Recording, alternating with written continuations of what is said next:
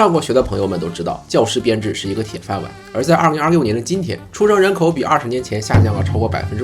而师范专业毕业生仅在2019到2023年就增长了38%，但教师编招聘却已经连续3年对半砍。现在师范毕业的同学们享福啦！10年之后，你35岁就可以作为优秀人才输送到社会，加入灵活就业的大军了。所以从今年开始，我们会发现各大师范院校终于后知后觉地开始缩招，走上了土木工程的道路。教育部开会，几百个校长一致举手通过，师范专业大题终于是死了。4年前，我出过一期关于劝退土木工程的视频，视频的最后我提了这么一句：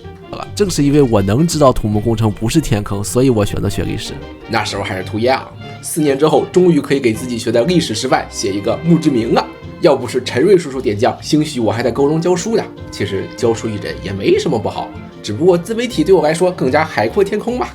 去别的地方玩吧，不要妨碍叔叔赚钱。从近几十年的历史来看，知识分子去当老师一直是一项高风险职业。从右派到臭老九再到孔乙己，总有一顶帽子适合各位老师。即便在我爸填志愿的时代，教师都是一个狗都不去的行当。原因无他，社会地位低，发不出工资。根据教育相关法律法规，教育是一项典型的地方权利，经费大头都是地方自筹。教育做得好，那是地方官的德政；教育做得不好，也无关紧要。为了大局，我要牺牲一点什么的吗？地球给你赚撒切尔也是这么砍了英国学生牛奶补贴的。要相信后人的智慧。教育部和各地教育局一样，并不真的管教育，他们管的是教育政策，管的是教育的人。所以与其说是一个教育机构，更像一个官僚机构。无论中国的大中小院校，大多数中国学生能通过考试上的学校，本质都是地方办学。但只出钱没回报的事情谁会干呢？这就产生了我的3个青岛老乡状告教育部的一个问题：分省不取。地方上都出了这么多钱，照顾一下地方，多给自己点名额又怎么了呢？分省不取的合理与否，我们为了本期视频的安全，我们暂且不做讨论。但这个逻辑的推广却产生了另一个怪胎：学区房。尽管我们国家只有义务教育法而没有高中教育法，但 K12 教育阶段，全国各地基本都落实了划片录取和就近入学原则。事实上，以学生父母出多少钱买学区房来分配其子女享有的教育资源，所以经常会出现那样的新闻：由于学区划分调整，某学生和重点学校的学区隔街相望，父母怒而要求开发商退款。中国人的一生都是关键时刻，从还没有出生就要放音乐搞胎教，到死后都要卷阴德保佑子孙。孩子教育上的资产贬值，恐怕是要比待上涨空间不断加大的学区房还要让中国家长们难受。当然，我们那一届的同学也还有不少赶上末班车的，因此我也采访一下我的老同学们，请他们聊一聊对这个问题的看法。在江苏市直初中的同学认为，之前教师编制扩张的底层逻辑是学生的增多。2016年放开2胎的时候，出生人口迎来了一波小高潮，一直持续到大狗教时代前。但这一波过去之后就没有了。现在初中的学生已经打疯，高中也预计将在3年后打疯。他现在在市直属学校，经费还算有保障，已经进入了发达国家公立学校教师的状态，有着比较稳定的高收入，但仍然对自己的职业发展前景感到悲观。在山东某知名私立高中的同学则认为，当前的高考趋势已经接近破产，连续2年的高考人数下降，反映到民办学校就是招生困难，考不上公办高中或者本科，家长直接放弃沉没成本，宁可让孩子送外卖，也不去民办学校了。我的同学里还有走西部计划或者公费师范生的，这个赛道比较小众，我们就不在视频中展开讨论了。而且师范专业的性别比也非常有意思，很多女教师对于自己的社会地位和职业发展预期存在错误的高估值，导致其在婚育等方面的观点非常脱离实际。但不管这些老同学走了什么渠道，他们都反映说2024年毕业的时候，师范专业就已经非常困难了。毕竟师范不是法学，什么猫猫狗狗都是能考教师资格证的。家长普遍相信985的本科生是要比普通一本师范的硕士生教的要好的。那么师范专业就迎来了两面包夹之势。根据山东省教育厅的这份山东中小学教师工作量调查报告，初中教师的每周平均工作时长已经来到了50小时，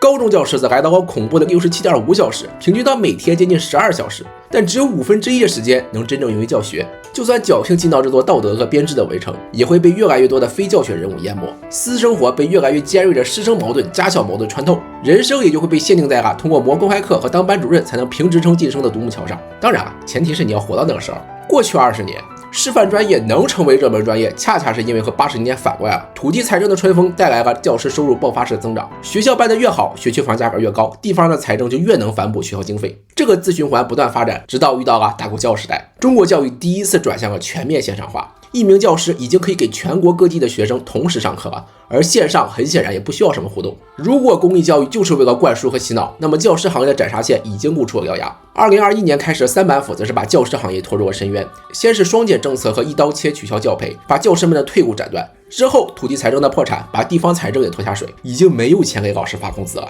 前2年高企的房价叠加需要3次求导的中国经济，被抑制的生育需求导致中国出生人口跌破了3年大吃饱时期那条线，教师要服务的客户也没有了。说的通俗一点，如果教师群体自己都不生孩子，那么将来他教谁去呢？看看我们的邻国日本，教师从一个让人尊重的行业到无人问津的黑色行业，只用了20年。日本政府在泡沫经济时代无序扩张，泡沫破灭之后，又错误的把大量的资源用于基建，最终改革的刀砍向了教师群体。原本日本的教师是公务员编制，教师工资的2/3都由国家承担，但在改革之后呢，教育经费在10年内削减了一半，教师作为负担直接扔给地方，大幅降薪之后，以时薪来计算，甚至不如劳动派遣。正式教师减少，临时教师增加，劳动时间长，劳动强度大，学生不听话，家长不信任，校园的一方净土成为了当时日本社会矛盾的缩影。所以师范学生找不到教师工作，就去找其他的文科岗位。那么其他的文科学生怎么办呢？引发的踩踏效应和挤出效应，导致了90年代就业冰河期的文科就业困难。总结一下，日本教师的困境是经济高质量发展和人口高质量增长这2个主要因素导致的。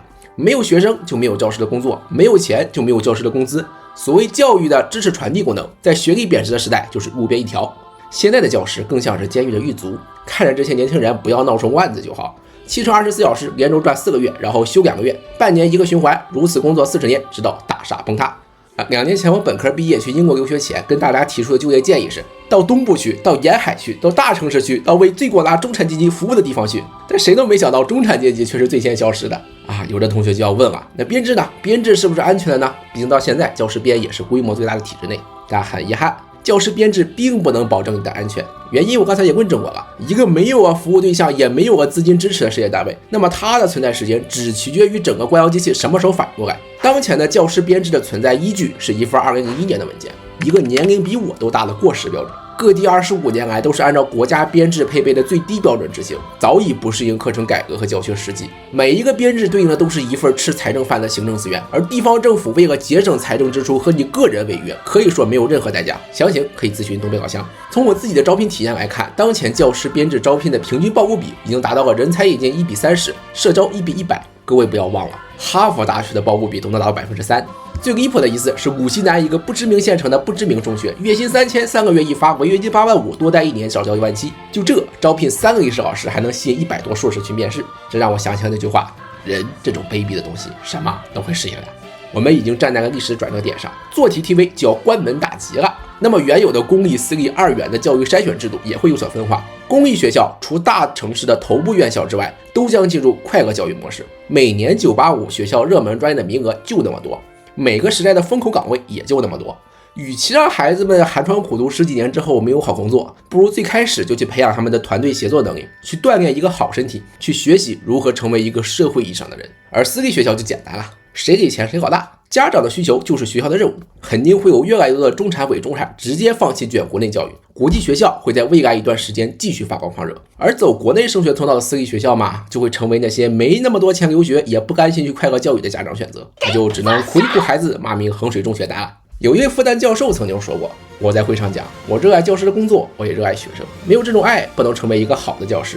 我相信教育学生是自己最想做的事情，我的人生最高境界是多写几本好的书，多教几位好的学生。一般来说，我都会在视频的最后提出什么建议或者升华一下感情，但这期视频不会，这就是一个纯粹的劝退视频。旁观者清，当局者迷。同样一个专业，师范当年是要比非师范高30分的，而我本人已经踩进这个坑，但我也不知道怎么办。算上在读的研究生和本科生，师范专业的供给已经可以满足未来半个世纪中国教育了。但我们也可以乐观一点，说不定哪天世界和平，再无战争，东大产业升级成功，核聚变技术取得突破，人类在火星开辟殖民地，我们就有充足的经费去实行小班制，去关心每一位学生的发展，真正做到因材施教。但我相信多年之后，面对智障和失业，无数00后会想起小时候看麻花 party 的那个无忧无虑的下午。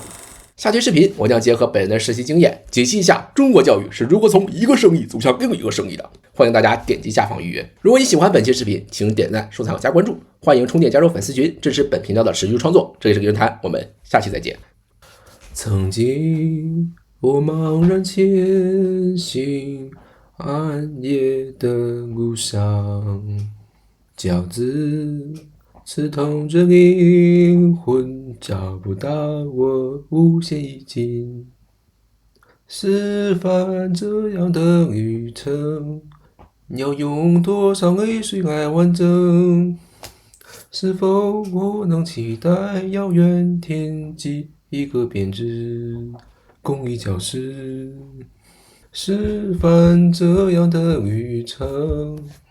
我渴求你的血去来完整。